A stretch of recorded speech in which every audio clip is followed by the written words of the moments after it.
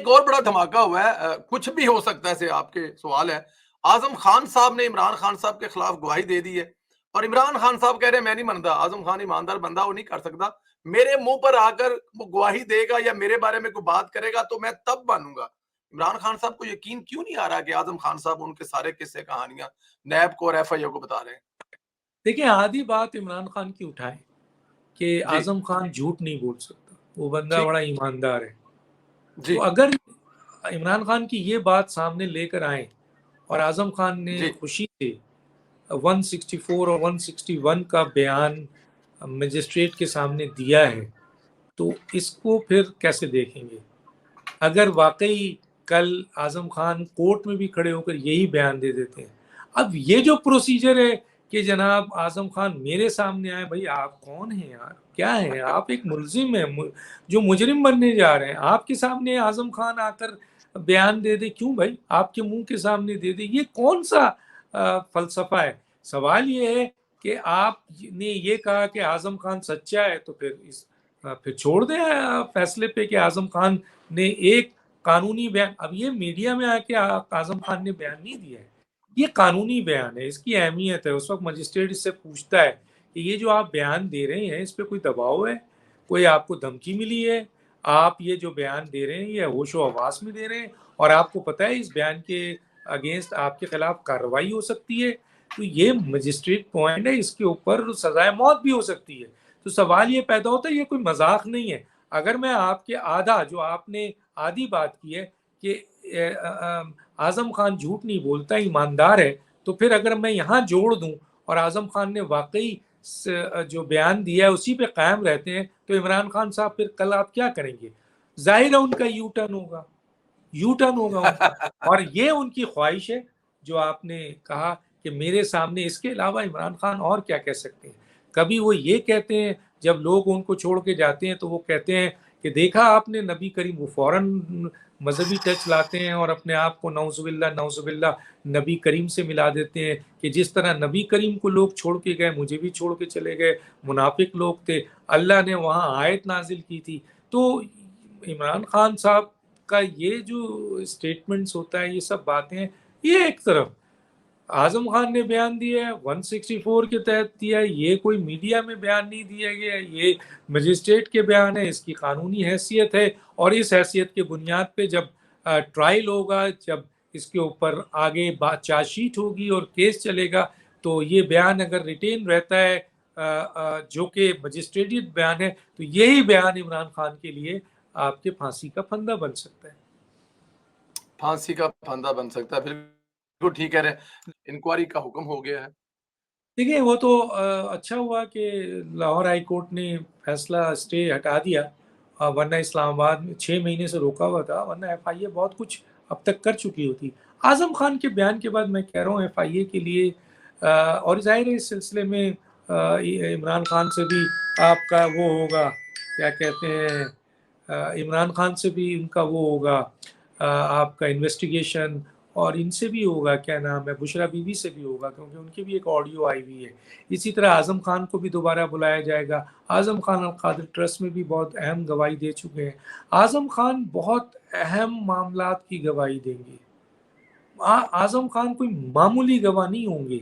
वो principal secretary to the Imran Khan थे। इन गवाहों के साथ साथ पैसों की ट्रांजैक्शंस, गवर्नमेंट की ट्रांजैक्शन, गवर्नमेंट की सफारतकारी, इन्वॉल्वमेंट, एडमिनिस्ट्रेटिव एक्शंस, दौरे, अमेरिका के दौरे, वहाँ फैसले, कश्मीर का इशू, आपके सीपैक का बंद होना, बहुत सारे अहम तरीन राजों में वो हैं, तो उनकी गवाही बहुत बड़ी गवाही है। तो फिलहाल अल कादिर ट्रस्ट में और साइफर में वो दे चुके हैं और अब एफआईए के लिए रास्ता खुला है कि वो इस पे इन्वेस्टिगेशन करेगा। तो साइफर के हवाले से जैसे आज उन्होंने कहा, आपके परवेज खटक साहब ने, मैंने पूछा तो उन्होंने मुझसे कहा कि जी हमने ओरिजिनली साइफर नहीं देखा, हमने तो सिर्फ उनकी स्टेटमेंट सुनी। इवन कि कौमी सलामती के इजलास में भी ओरिजिनल साइफर हमने नहीं देखा और वहाँ किसी साजिश का कोई स्टैब्लिश नहीं किया गया। ये कहा गया कि जनाब इसमें सख्त गुफ्तगू। तो कहने का मतलब ये है कि साइफर 164 आजम खान की गवाही इतनी बड़ी है कि अगर वो रिटेन रहती है तो फिर एफआईए के लिए बाकी गवाह इतने बड़े नहीं होंगे वो फिर, क्योंकि इसमें उन्होंने ऑफिशियल सीक्रेट एक्ट की खिलाफ वर्जी की है, रियासत से गद्दारी की है, हलफ की खिलाफ वर्जी की है, आइन तोड़ा है, बहुत से मुकदमात बनते हैं। बहुत से मुकदमात बनते हैं, बिल्कुल ठीक है। सर बंदयाल साहब बड़े गर्म थे, मिलिट्री कोर्ट्स का फैसला वो दिनों में करना चाहते थे, फौरन करना चाहते थे। खैर मुआयना मुद्दत के लिए मुलतवी कर दिया है।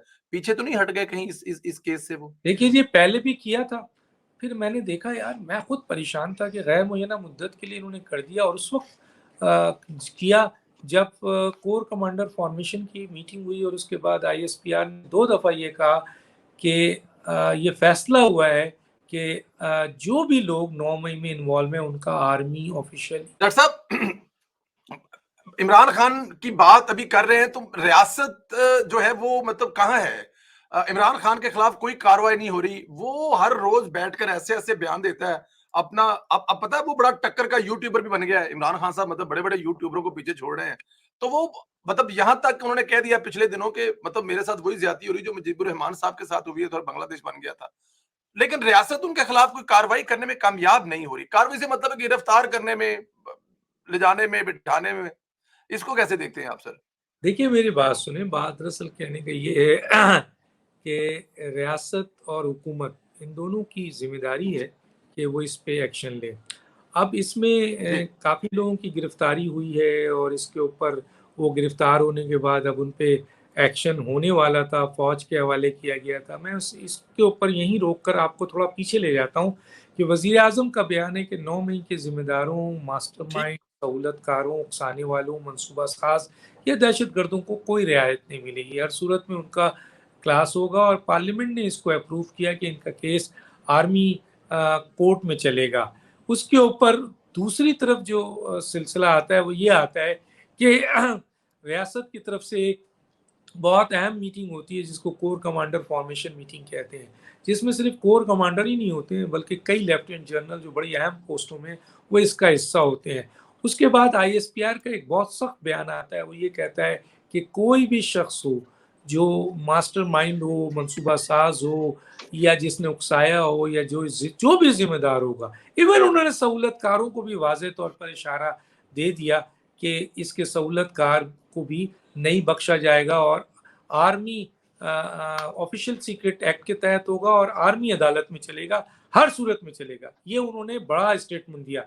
लेकिन आपने देखा कि कार्रवाई अभी शुरू हो रही थी, और इसके ऊपर 2 बातें आपके सामने रखने से पहले मैं थोड़ा इधर आ जाता हूँ कि जैसे ही ठीक। गिरफ्तारी हो रही है और हुकूमत अपना सॉर्ट आउट कर रही है, और अहम तरीन साइंटिफिक तरीके से जो है वो उन लोगों को और उनके सबूत जमा कर रही है, और उसके बाद उनको आर्मी के हवाले कर रही है, इस दौरान एक पिटीशन चली जाती है, और वो पिटीशन फ़ौरन एक्सेप्ट हो जाती है, क्योंकि वो पिटीशन जो है इमरान खान की होती है, और उसको फौरी तौर पर आपके सुप्रीम कोर्ट में एक्सेप्ट कर लिया जाता है, और सुप्रीम कोर्ट उस केस को सुनने लगता है कि सिविलियन की जो है वो आप ट्रायल जो है वो आर्मी अदालत में कर रहे हैं। तो जो भी रियासत और हुकूमत ने कार्रवाई करनी थी, जब सुप्रीम कोर्ट में वो केस गया, तो जाहिर है वो वेट करेंगे, इंतज़ार करेंगे कि जी यहाँ का फैसला आए, तो फिर वो अपना काम करें, क्योंकि यहाँ वो फैसला करने जाते हैं, और सुप्रीम कोर्ट का माजी और एक्सपीरियंस देखिए आप, आपको होगा कि जिस किस्म के इन्होंने फैसले किए हैं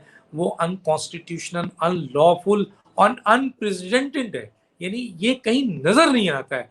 तो अगर ऐसा कोई आ गया तो फिर हुकूमत के लिए मुश्किलात हो जाएगी, रियासत तो घुस जाएगी, फिर रियासत तो नहीं मानेगी।